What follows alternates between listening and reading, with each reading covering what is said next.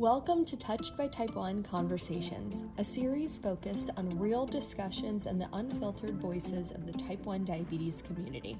Together, we learn from stories, leadership, and experiences of people touched by Type 1, all led by young people with Type 1 diabetes. Thank you for listening.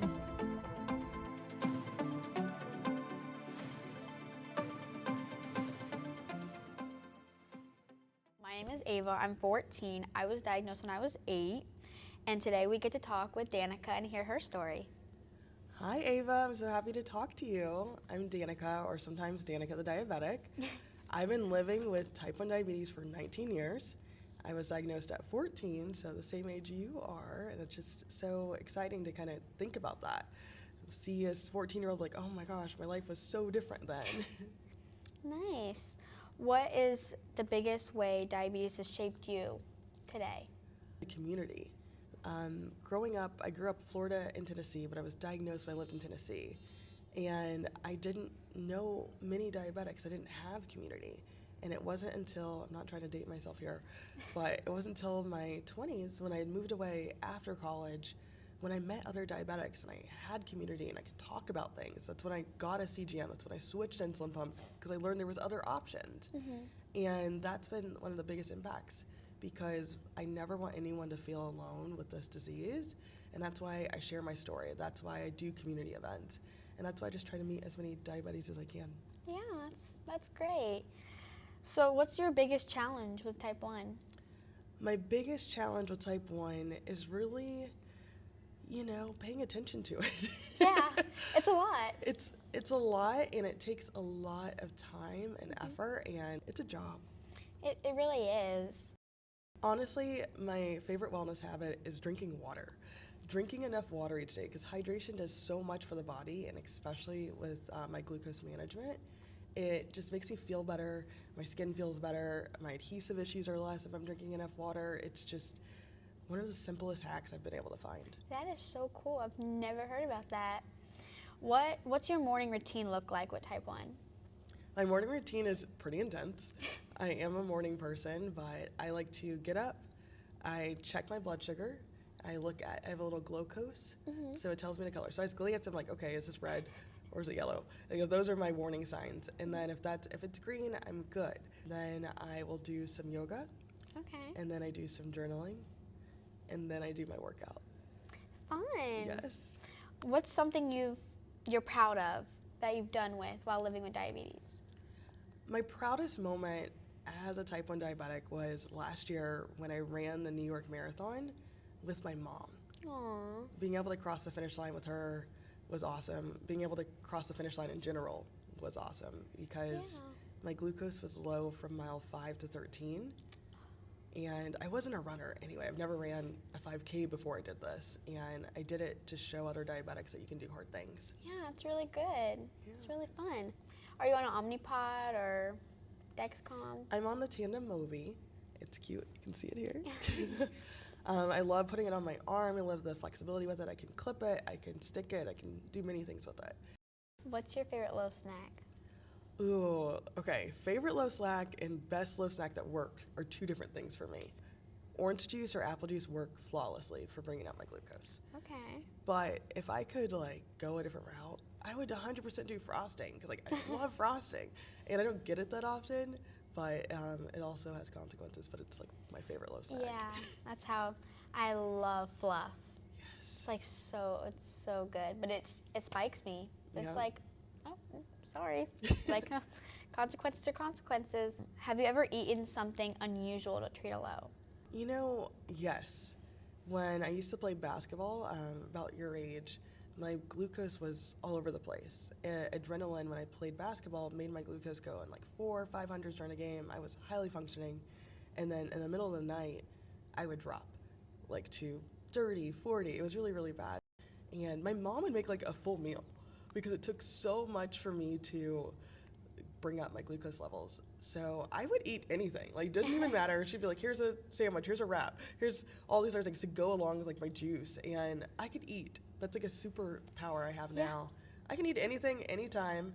And in the moment, I'm not thinking of what it is. I'm just slurping it down. When I'm low, I I eat crazy things. I was low one night and I had toast with cheese and cereal on it, and I just stuffed it in my mouth. I was so low. I was like, you know what? Okay. Yeah, that's funny. A lot of people have told me, it's like, do you have like, is being low like when you have pregnancy cravings where you want like pickles or something weird? I was Yeah. like, no, I think it's just It's I just need some my type body, of sugar yeah. and it doesn't care what it is. Like I've eaten like Jello. I don't even like Jello. I don't. But it's just not something I would go and make. I was low again one night, and I had a meat stick and ice cream, and I was dipping them in each other, and I was craving mushrooms. I hate mushrooms. Like, I hate them so much. I was like, they sound really good right now. Like, Yeah. it's like weird. It's just your body just wants stuff.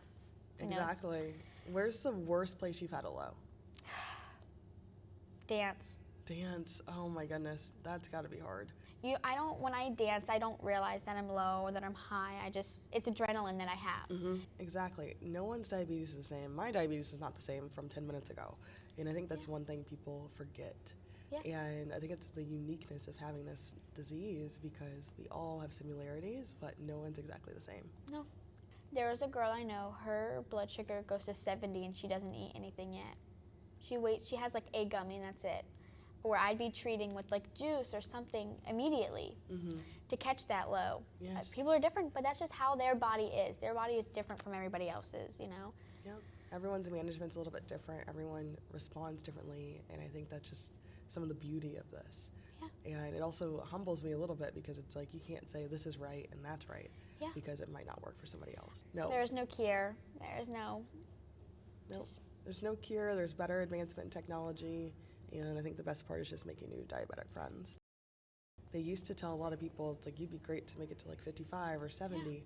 Yeah. And I met someone a couple weeks ago who had been living with type 1 for 72 years. Oh my gosh. And she was over than that.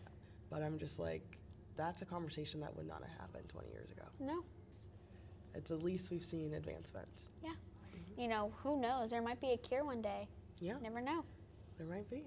I remember telling my mom, I didn't know what diabetes was. It wasn't all over the commercials then. You didn't see people with devices. And I think that's probably the difference between when you were diagnosed and when I was diagnosed. It's talked about. But my family and my community that I had at the time was like, okay, we're doing this. And I was in shock a little bit. My family will say I was probably in denial for a good 10 years.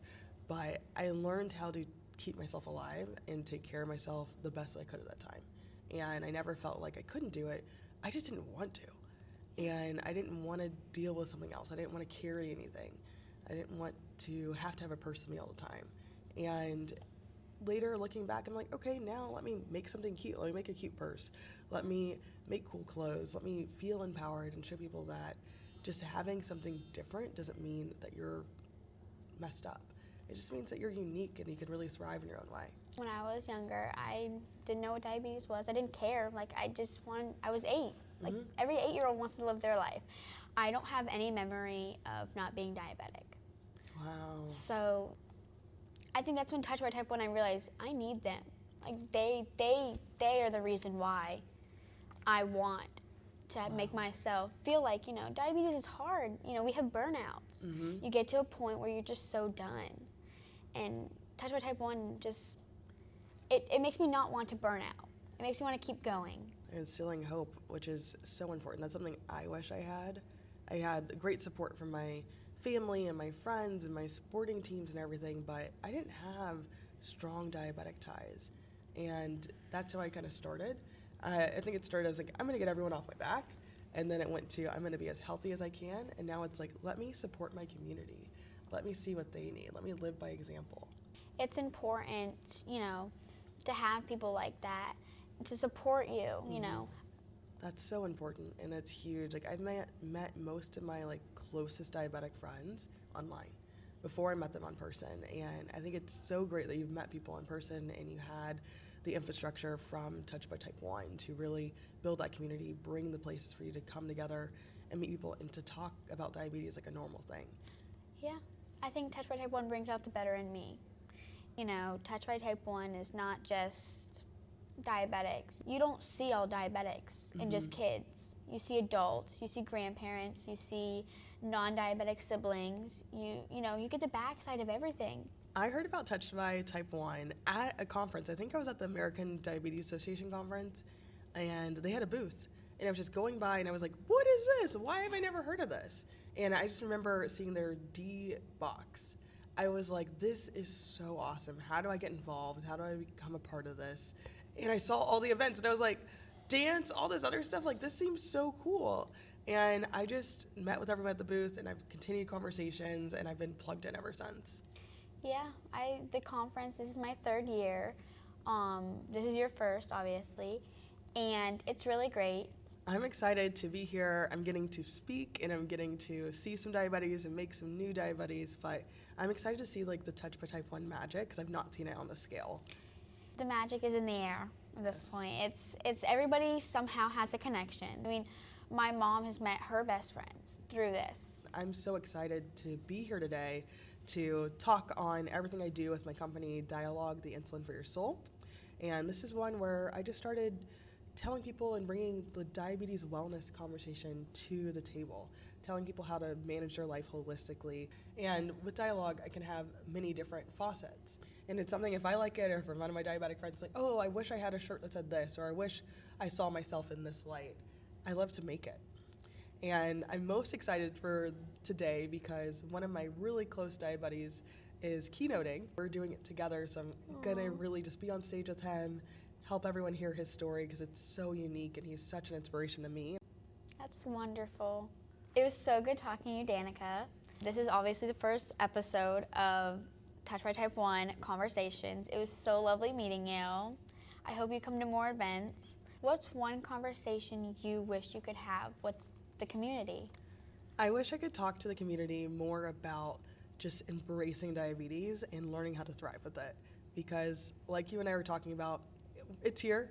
Yeah. It's here, and it can be pretty, it can be scary, but you can still lead your best and healthiest life with it. And I think I want to normalize that conversation. Thank you, Danica. Where can someone find more about your mission? Okay, I'm on all social platforms. I'm Danica the Diabetic across all platforms. My favorite is Instagram. And my website is www.dia-log.co. So feel free to reach out, message, email, anything. It's all on those links. Thank you, Danica.